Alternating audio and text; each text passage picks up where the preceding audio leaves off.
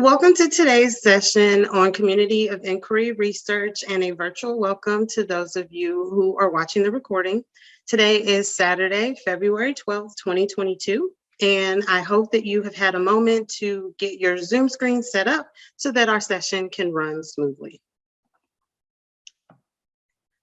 I'm also asking that you remove any distractions. This includes putting your phone on silent or stepping away from any individuals. This just ensures that you are able to participate fully and get the full value of the lesson.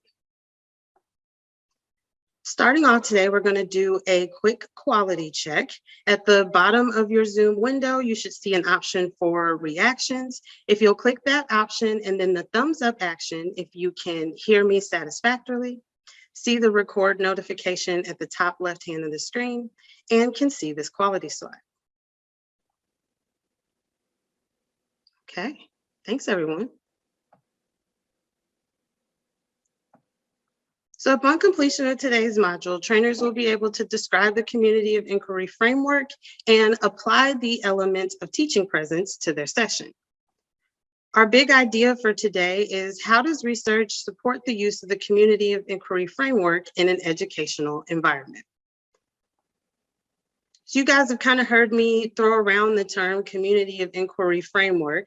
We're aware that this is made up of three elements or presences: cognitive, social, as well as teaching presence. It looks like we do have enough individuals here today. I'd like you to just raise your hand and unmute yourself when you're called upon, and just explain some of the characteristics significant to one of the presences. For those of you that are watching the recording, I ask that you please pause the video, pick a presence or an element, and describe its characteristics in your session summary.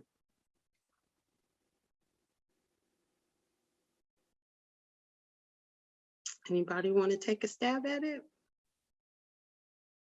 I'll take All a right, stab. Allie. Oh, go ahead, Allie. Okay, I'll go with the teaching one, using my teaching backgrounds. So I think a teaching presence is important to guide the learners, not give them too much information to where they are just retaining the information, but to also kind of almost give them a little bit of the teaching presence to where they're learning it a little bit for themselves or helping their peers, and teaching it to their peers as well. I feel like the teaching presence is that good balance of teaching, but also letting the students kind of learn for themselves. Oh, good. I like that. Who wants to take one of the other two? Chuck? All right, I'll do cognitive presence. I think what cognitive presence could be is like the thinking around the assessment, or I'm trying to get a clue from your picture there. So I'm thinking that cognitive is the group thinking. Okay, good. That's part of it. All right, Marilyn, you want to take up social presence? I will try. I think it's what we're doing right now, that we're communicating to each other. And then when we work together as a group, even online, that is social, and how we talk and relate to each other in our group. Okay, good job, guys. It sounds like we do have a really good understanding of the Community of Inquiry framework. So I'll just clear our drawings here and move on.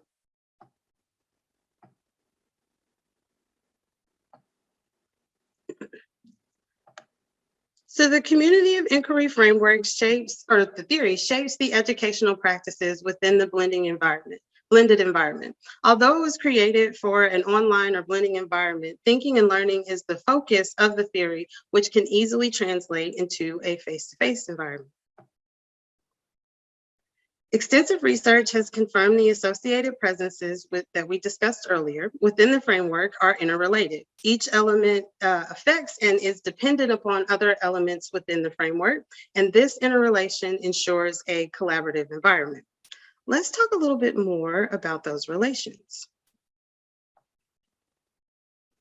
Cognitive presence is actually the easiest, if you will, element of the framework to understand. As individuals have different backgrounds and experiences, they are able to reflect on the material being provided and thus relate it and share their own understanding or shape their own understanding, excuse me. So just kind of throw your answers in the chat. How can trainers support cognitive presence? For those of you that are watching the recording, please pause the video and just provide your answers in your session summary.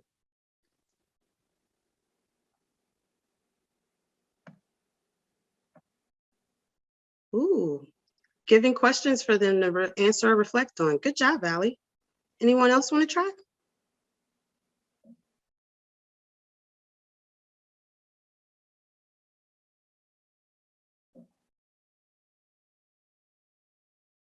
Maybe one more.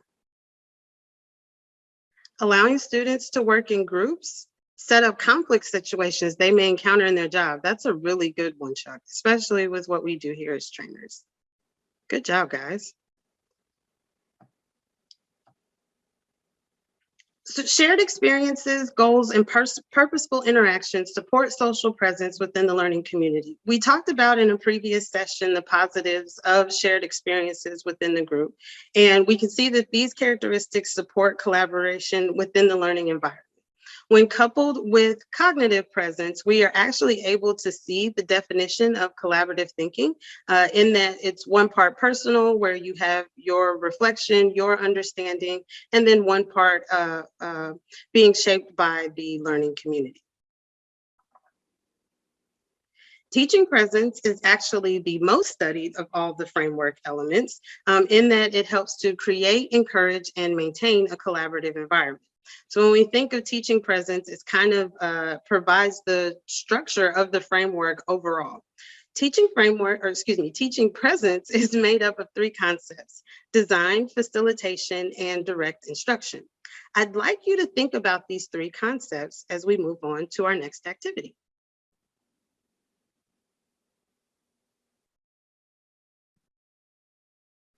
So what we're going to do here is we are going to answer this prompt here. I'm going to share a Google Slide link with all of you. How would you apply the three elements of teaching presence to your own lesson?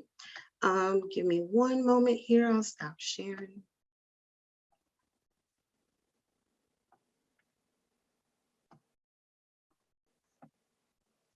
And I just want to show you guys what it'll actually look like.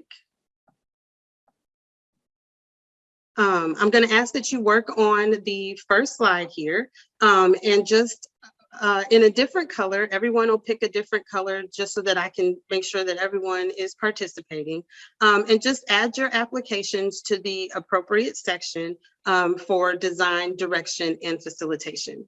I'm going to put you all in breakout rooms, and you'll have 3 minutes to complete this particular activity. So give me just a moment here. I will share the link with you in the chat.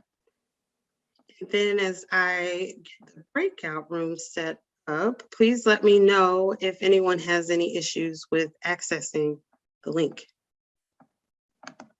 All right, we'll get 3 minutes for this activity. You should see a countdown before. I'm going to ask that everyone goes into room 1 before I pull up the option for your breakout room. Does anyone have any questions? Perfect. You should see your pop-up now.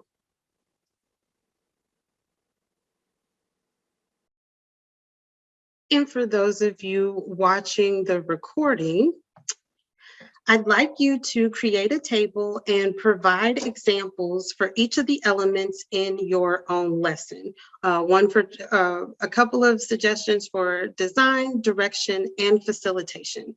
If you could, please include your completed table in your session summary.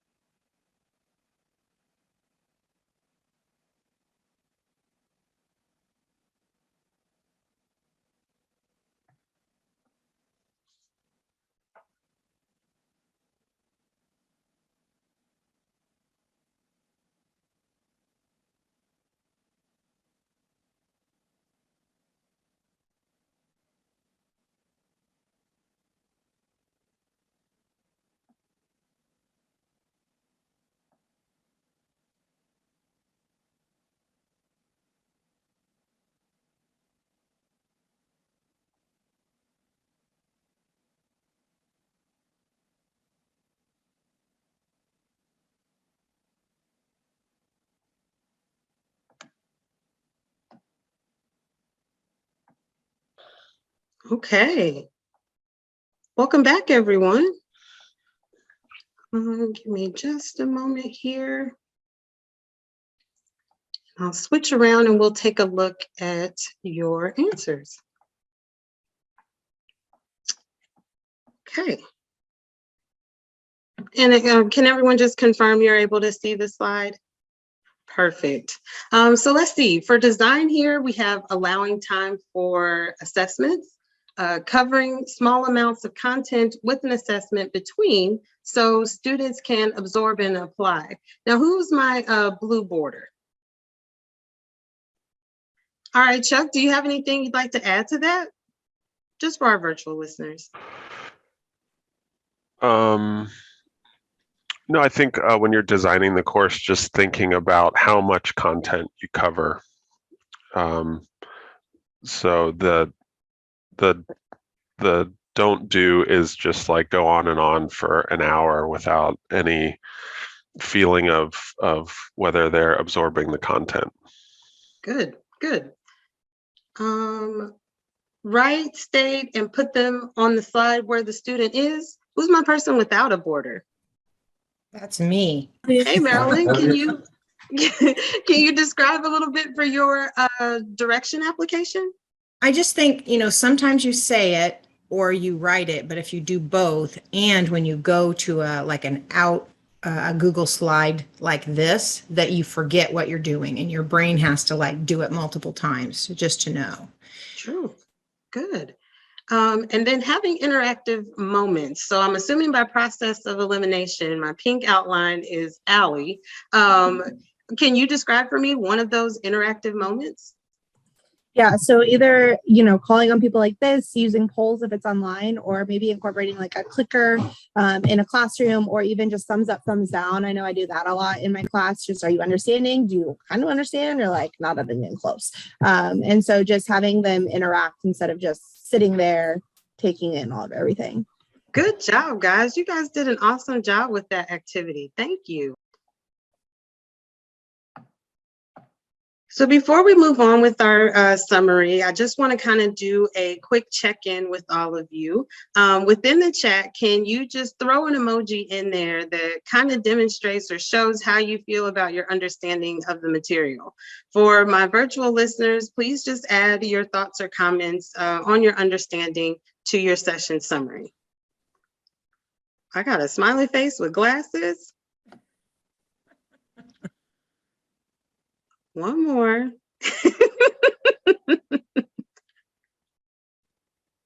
Okay, Chuck's got a big smile, and Marilyn, she's got sunglasses on. Okay, I've got a happy group.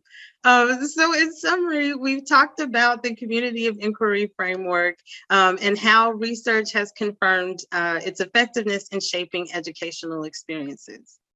The elements of cognitive, social, and teaching presence are interrelated, which create a collaborative environment. And then finally, we as trainers, we're responsible for creating and encouraging collaboration within our learning environment.